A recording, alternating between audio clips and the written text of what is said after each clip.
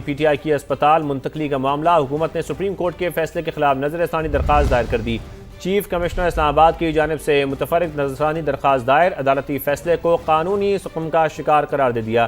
موقف اختیار کیا گیا کہ سپریم کورٹ کے فیصلے میں جیل قوانین اور پاکستان پریزن رولز 1978 کو نظر انداز کیا گیا ہے۔ موجودہ قوانین کے تحت کسی قیدی کو اس کی مرضی کے نجی اسپتال میں منتقل کرنے کی گنجائش نہیں۔ اگر ایک قیدی کو نجی اسپتال منتقل کرنے کی اجازت دے دی گئی تو دیگر قیدی بھی اسی نوعیت کی رعایت کا مطالبہ کریں گے۔ تو آپ کو بتائیں کہ بانی پی ٹی آئی کے اسپتال منتقلی کا یہ معاملہ ہے۔ حکومت نے سپریم کورٹ کے فیصلے کے خلاف نظر ثانی درخواست دائر کر دی۔ چیف کمشنر اسلام آباد کی جانب سے متفرق نظر ثانی درخواست دائر کی گئی، عدالتی فیصلے کو قانونی سقم کا شکار قرار دے دیا۔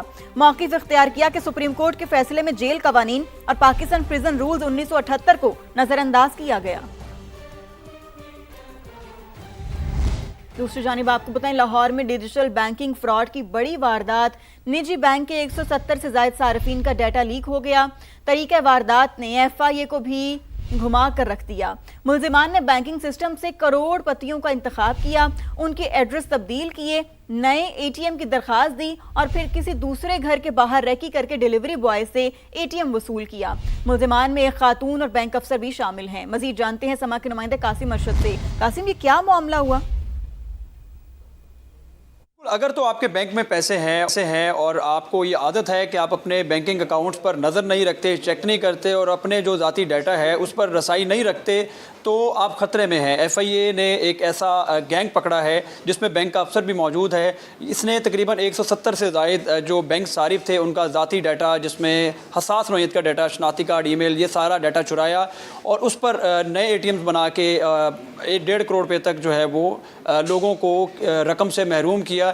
اس وقت ہمارے ساتھ کمرشل بینکنگ سرکل کے ڈپٹی ڈائریکٹر ایف آئی اے ملک سکندر موجود ہیں، ان سے بات کرتے ہیں۔ اکاؤنٹ ہولڈرز کو وہ کیسے سلیکٹ کرتے تھے؟ وہ اس طرح سلیکٹ کرتے تھے کہ جن اکاؤنٹ ہولڈرز کے اکاؤنٹ میں سب سے پہلی یہ ہے کہ ملینز میں پیسے پڑے ہوئے ہیں، اور دوسری شرط یہ تھی کہ وہ اکاؤنٹ ہولڈر جو ہے نا وہ ریگولرلی اپنے اکاؤنٹ کو چیک نہیں کرتا تھا۔ ہو سکتا ہے کسی نے 2 مہینے بعد، کسی نے 6 مہینے بعد کوئی اکاؤنٹ میں کوئی ایکٹیویٹی کی، تو ان کا بزنس ایڈریس تھا تو وہ چینج کر دیا، اپنے نام کا کر دیا۔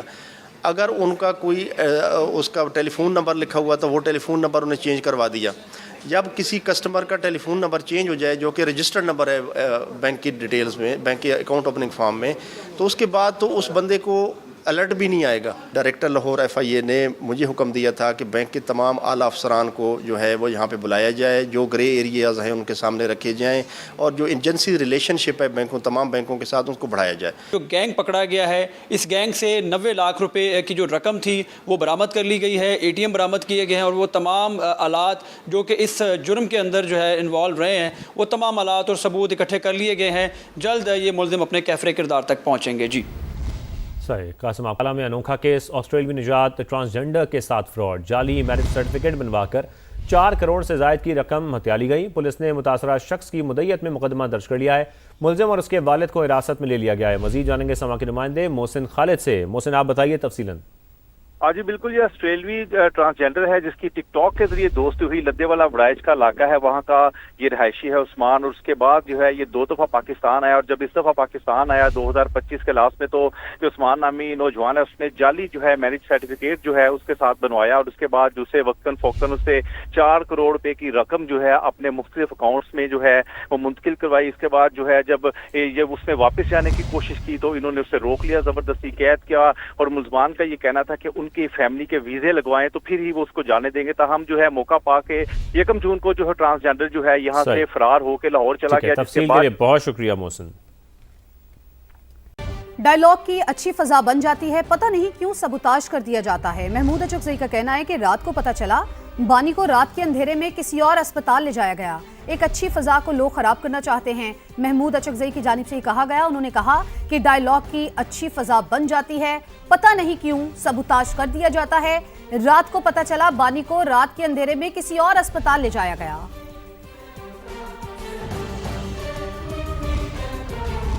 حکومتی ارکان کی پارلیمانی کارروائی میں عدم دلچسپی، حکومت پھر سینٹ میں کورم پورا کرنے میں ناکام رہی ہے۔ ایوان بالا کا اجلاس مختصر کارروائی کے بعد پیر کی شام 4 بجے تک ملتوی کر دیا گیا۔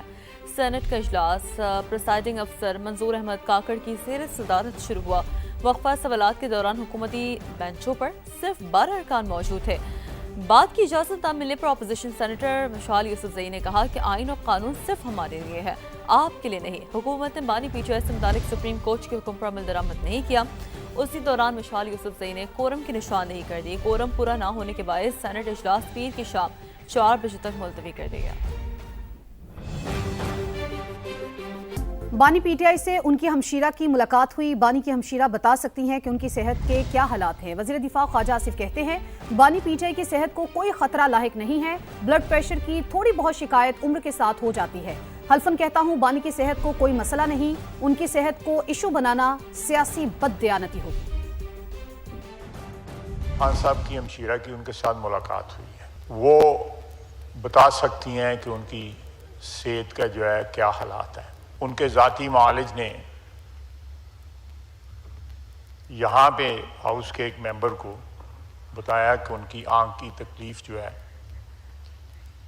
वो आहिस्ता आहिस्ता ठीक हो चुकी है। उसके अलावा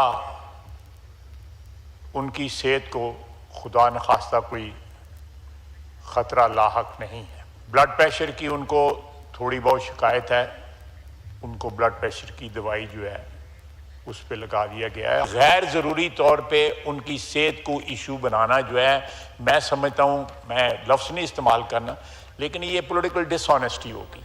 बानी PTI के पिम्स अस्पताल में तिब्बी मुआयने के बाद वापस जेल मुंतकिली।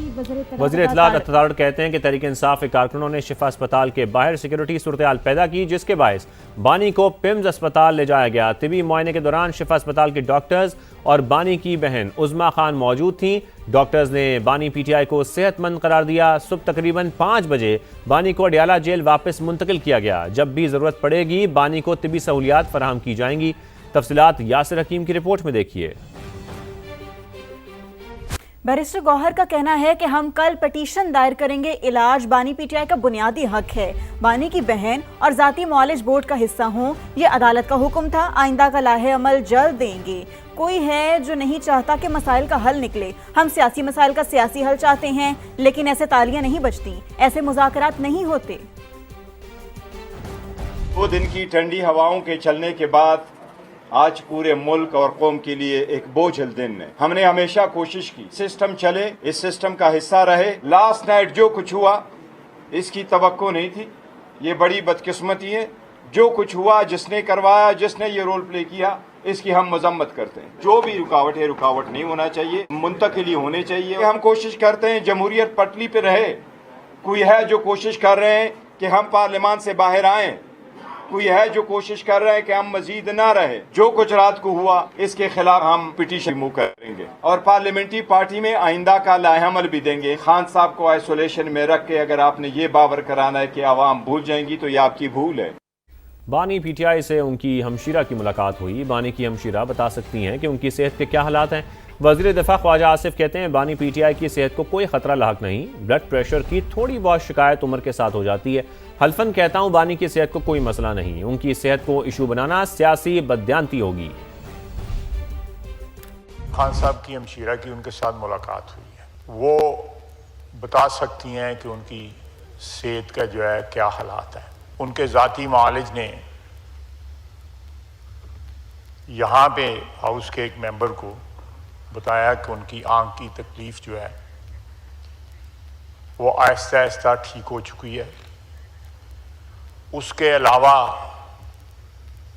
उनकी सेहत को खुदा न खास्ता कोई ख़तरा लाहक नहीं है। ब्लड प्रेशर की उनको थोड़ी बहुत शिकायत है, उनको ब्लड प्रेशर की दवाई जो है उस पे लगा दिया गया है। गैर ज़रूरी तौर पे उनकी सेहत को इशू बनाना जो है, मैं समझता हूँ, मैं लफ्ज़ नहीं इस्तेमाल करना, लेकिन ये पॉलिटिकल डिसऑनेस्टी होगी।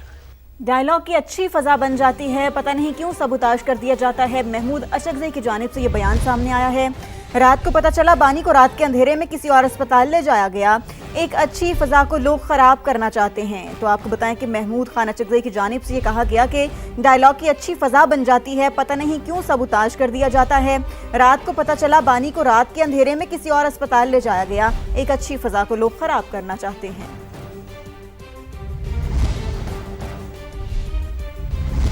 हुकूमत ने सुप्रीम कोर्ट के हुक्म पर अमल दरामद मुकम्मल किया। बानी PTI का तबी मुआयना करवाया गया। नून लीगी सेनेटर आबिश शेर अली की समा से गुफ्तगू। कहा बानी के तमाम टेस्ट कराए गए, वो मुकम्मल फिट हैं। डॉक्टर्स की राय पर जेल हुकाम ने उन्हें दोबारा जेल मुंतकिल किया। जिसका हमें डर था वही मामला हुआ। लॉ एंड ऑर्डर की सिचुएशन बनी थी और तमाम जो अलशिफा हॉस्पिटल के काबिल डॉक्टर्स हैं और उनकी बहन उज़्मा खान की मौजूदगी के अंदर पेम्स के अंदर उनका तसल्ली बख्श मुआयना कराया गया, उनकी पूरी तसल्ली करवाई गई, तमाम उनके टेस्ट करवाए गए। तो माशाल्लाह वो बिल्कुल ठीक ठाक हैं और उनकी सेहत पर हुकूमत भी किसी किस्म का कोई रिस्क नहीं लेती, हमेशा उनको बेस्ट फैसिलिटीज़ दी हैं। और हमने इम्प्लीमेंट किया सुप्रीम कोर्ट की जो डायरेक्शन दी थी और जो तसल्ली बख्श उनकी ट्रीटमेंट के बाद जो जेल हुकाम ने जो भी होता है कैदियों के रूबरू, अगर डॉक्टर्स उनको इजाज़त देते हैं कि जी मज़ीद उनकी ट्रीटमेंट की ज़रूरत नहीं है तो वो फिर जेल हुकाम उसी पर अमल दरामद करते हैं।